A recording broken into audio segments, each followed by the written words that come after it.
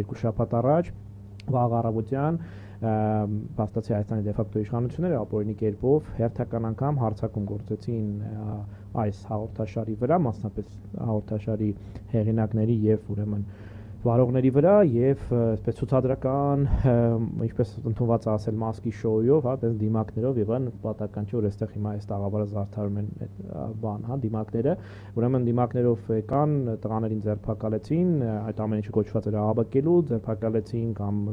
բան արեցին, հա, այսպես փաստացի տարան նաեւ ամբողջ տեխնիկան, որով ապահովում էր ոչ միայն այս նախագծը, այլ նաեւ անտիֆեյքի այլ նախագծերի աշխատանքը, փորձեցին խոչընդոտել խմբագրության ընդհանրապես աշխատանքը եւ այդ ամեն ինչը փաստացի կոչված էր նրան, որ ազգային դաշտի էսպային այսպես երևացող մեդիաներից մեկը եւ իր խմբագրությունը փաստացի դադարեն աշխատել, որովհետեւ եւ այն գործը, որով իրենց տղաներին Նարեկին ու Վազգենին տարել են եւ Դայաշինց ու կեղծ